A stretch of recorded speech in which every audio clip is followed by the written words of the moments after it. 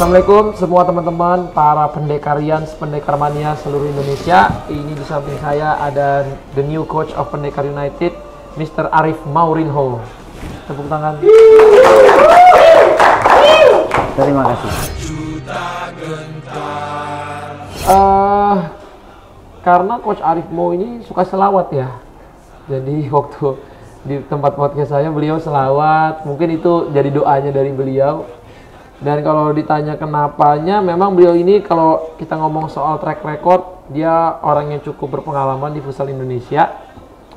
Cukup punya sejarah juga sama pemain-pemain pendekar dari dulu kayak Bayu Saptaji, Fandi Permana. Pas umur berapa tuh coach? Di tahun 2014 megang mereka. Tuh udah pernah megang mereka juga. Dan karena sebelumnya kita waktu pakai waktu coach lokal itu kemarin sempat hubungan ke pemain segala macam itu sangat baik. Jadi waktu itu saya mencari juga yang kayak punya pengalaman di Indonesia dan mempunyai track record yang bagus, mempunyai leadership. Lagi kemarin kan bawa futsal putri juara dan juga bawa futsal putri Indonesia timnas ke final gitu. Untuk apa yang diterapkan di dalam tim, yang pasti kita di Indonesia itu kekeluargaan tetap ya masih harus ditegakkan lah. Kekeluargaan bagus sama kedisiplinan. Kalau sudah disiplin, insya Allah semuanya ke bawah bagus. Tapi kalau disiplinnya aja masih minus, benar-benar kita mulai dari minus itu berat. Makanya yang saya terapkan, kedisiplinan harus lebih kuat lagi. 2017 itu perpindahan saya dari megang tim putra ke tim putri. Kebetulan saya pada saat pegang tim putri itu, tim putrinya yang high level, istilahnya mereka pemain timnas lah. Jadi kalau masuk ke taktikal justru mereka haus. Kalau perempuan tuh malah cepet nangkep karena mereka nggak pernah dapet haus. Perbedaannya apa? Rewelnya. Kalau di perempuan itu kita nggak bisa kayak non teknis itu masuk, nggak bisa.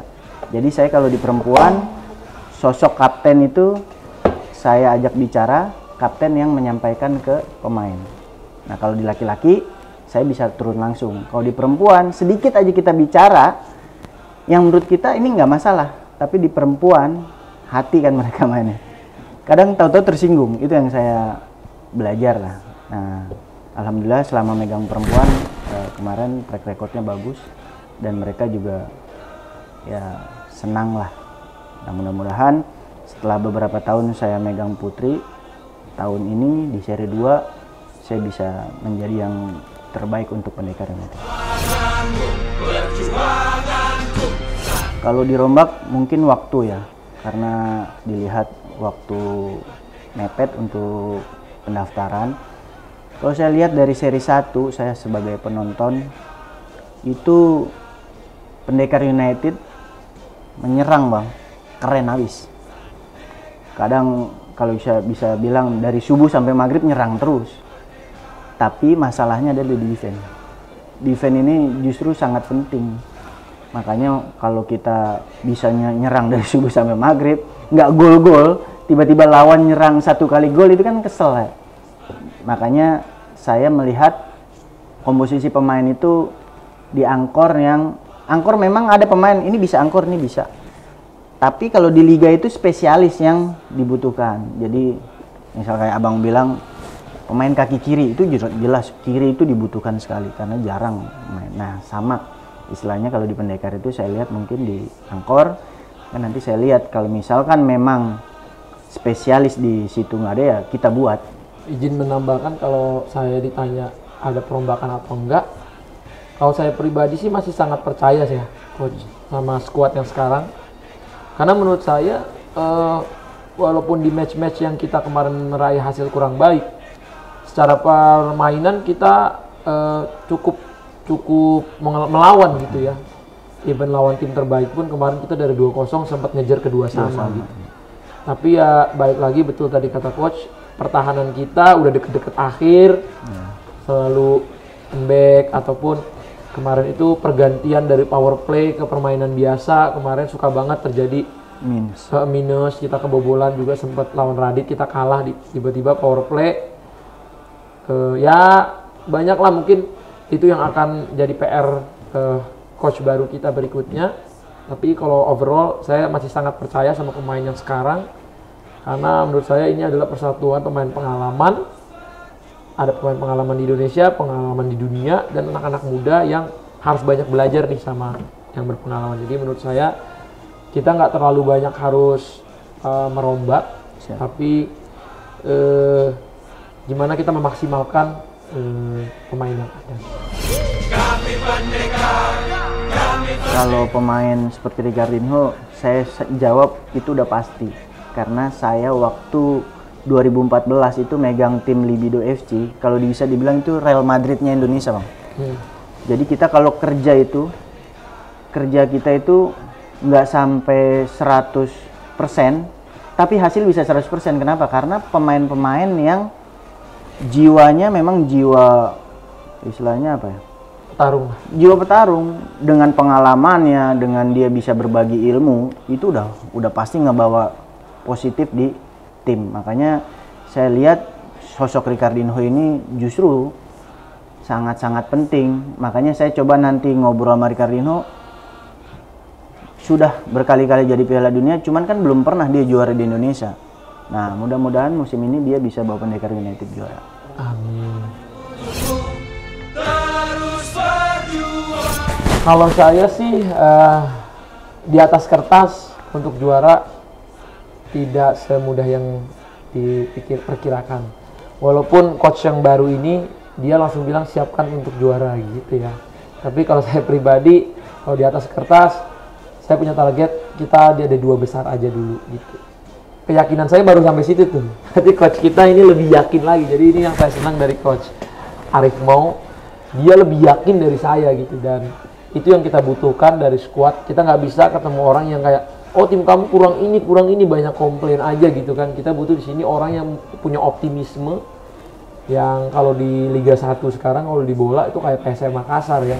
Banyak tim yang pemain asingnya, OPEX-nya juga lebih mahal, segala macam. Banyak tim-tim yang sultan-sultan, tapi PSM Makassar dengan pemain yang menurutku nggak sekaliber yang lain, tapi dia punya solidaritasnya, punya kebersamaan, punya keyakinan. Itu yang penting sih. Kalau kata orang-orang hebat ya, kalau kamu udah punya yakin, kamu udah punya modal utama tuh. 50% tuh kamu udah punya kekuatan lebih dari yang lain, karena kamu udah yakin dan kamu tahu kamu bakal ke situ. Walaupun nanti hasilnya belum lain, tapi kalau diri dianya udah lebih yakin dari orang lain, menurutku dia akan efektif ke kerjanya lebih keras, latihan lebih keras, bersama temen juga lebih kompak. Jadi saya respect banget lah untuk yang ada di tim ini, pengen berjuang bersama, karena saya pengen tim ini, misalnya saya lagi hands on kayak sekarang, pengennya tim ini berlari sejauh mungkin gitu, dan nggak mau ada perpisahan sama pemain, pelatih dan lain-lain. Pengennya kalau selama hasilnya bagus kita bersama-sama terus sampai kapal ini semakin cepat dan semakin tinggi.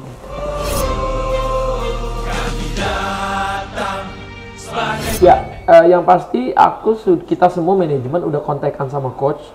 Kita udah ngasih pilihan pemain asing. Walaupun memang di seri 2 ini kita nyari pemain asing tidak segampang kalau kita nyari pemain asing di season udah beres gitu ya. Coach juga udah bilang itu, manajemen juga dari Asep, Kang Ian, dari Mbak Sri, dari yang lain juga udah report kalau pemain asingnya ready itu nggak banyak. Dengan adanya kita pergantian pemain asing kayak kemarin itu sebenarnya kerugian buat klub, karena kita kan kayak udah membayar kitas, udah bayar tempat tinggalnya udah sampai setahun, dan itu harus semuanya banyak yang hangus juga ya.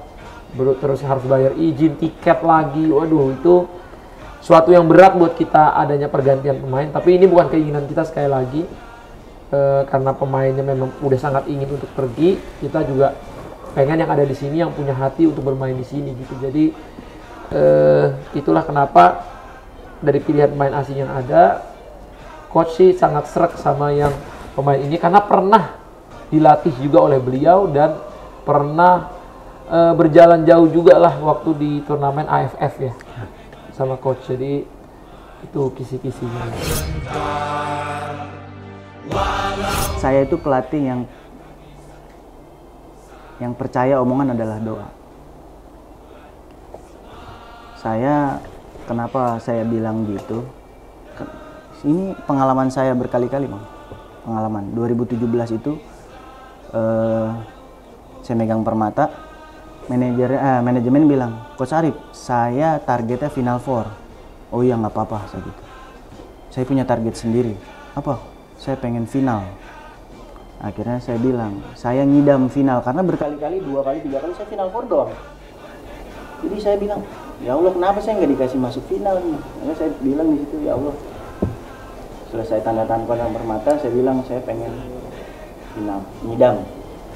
Terucap lah Bang itu benar-benar kejadian. Makanya selalu saya pakai.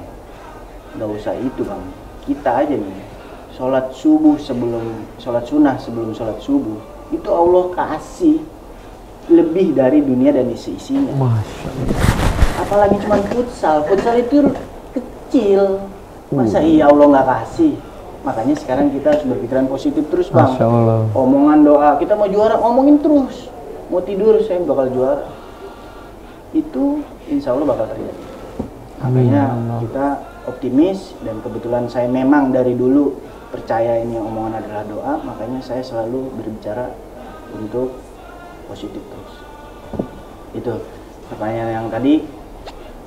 Sama saya itu senang pemain-pemain muda Bang, makanya saya dari kemarin sudah minta share ke Coach Eka, kirim nama-nama pemain, saya gitu. Kaki kirinya, kaki kanannya, posisinya. Saya cek, saya tanya, Coach Eka, untuk saya main strategi ini siapa aja yang bisa kira-kira? Ini.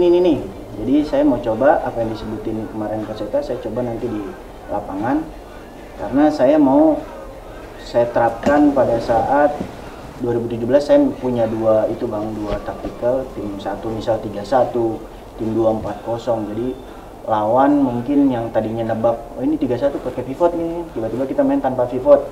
Itu buat mereka inilah istilahnya, wah kaget lah, oh ternyata pendekar punya strategi beda.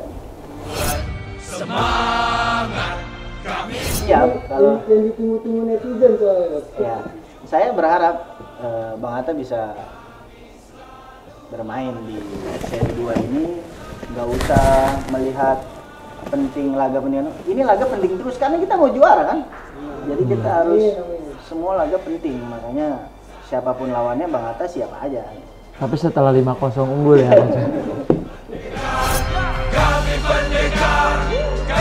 Ya pastinya memang kalau saya sih tetap masang target minimal kita musim depan harus berkancah di internasional ya. Jadi kita punya target AFF minimal atau kita ke AFC gitu. Karena menurut saya pengen aja gitu ya banyak tim-tim Indonesia bisa berkibar gitu di luar dan menunjukkan bahwa futsal Indonesia ini semakin bertaji gitu ya. Dengan pemain terbaik dunia datang ke Pendekar aja, sekarang udah dunia itu ngelihat Liga Indonesia itu diperhitungkan gitu loh, dan salah satu liga yang famous dan menjadi tujuan pemain. Dan kita lihat banyak pemain-pemain dunia akhirnya datang, termasuk pemain yang di BTS itu ya, Dieguinho ya, itu strike. Aku lihat dia top skor di Liga Brazil, tapi semua sekarang melihat Indonesia salah satu liga yang seksi gitu. Bahkan pemain Barcelona futsal aja tahu kemarin kita ada pergantian pemain asing, saya itu langsung terima banyak DM tuh dari pemain-pemain luar gitu ya. Dari pemain Brazil, pemain Barcelona futsal, pemain Inter Movistar, pemain liga-liga top lah, sampai Liga Jepang aja ada yang ngechat saya gitu, bos you need player atau apa gitu ya. Jadi menurutku orang tuh sudah melihat, dan nama Pendekar United ini sebagai representasi Indonesia, kita harus berkancah di sana gitu. Jadi saya menaruh harapan banget di mana coach baru kita ini bisa memimpin pemain-pemain kita untuk sampai di level itu. Karena nggak mungkin kan ya pemain sekarang kita build jadi lebih kuat, mungkin musim depan kita nambah 3 atau 4 lagi pemain timnas gitu ya, untuk memperkuat tim ini lebih kuat, atau pemain mudanya ditingkatkan. Saya sih berharap banyak, saya juga mencintai pemain-pemain muda gitu, gimana tim ini tuh kayak kalau sekarang ya di Liga Inggris, walaupun Manchester City baru ngalahin Arsenal ya, tapi saya tuh lebih respect sama Arsenal gitu. Karena di Arsenal, kalau Manchester City dia beli Haaland, dia beli pemainnya semuanya itu nilainya bertriliun-triliun, tapi kalau Arsenal ini belinya nggak banyak tapi semuanya dibangun gitu ya dengan fondasi yang bagus oleh coach Arteta gitu. Jadi kalau di Italia itu ada AC Milan ya, sekarang masuk ke semifinal Liga Champions gitu ya. Dengan pemain-pemain yang harganya tuh murah, yang dididik sampai harganya yang tadinya beli misalnya cuman belasan juta jadi 70 juta, jadi 60 juta dolar gitu. Itu menurutku lebih bagus daripada kita hanya mengumpulin Los Galacticos gitu. Jadi lebih puasnya dapat dan itu akan membangun bakat-bakat baru juga di futsal Indonesia.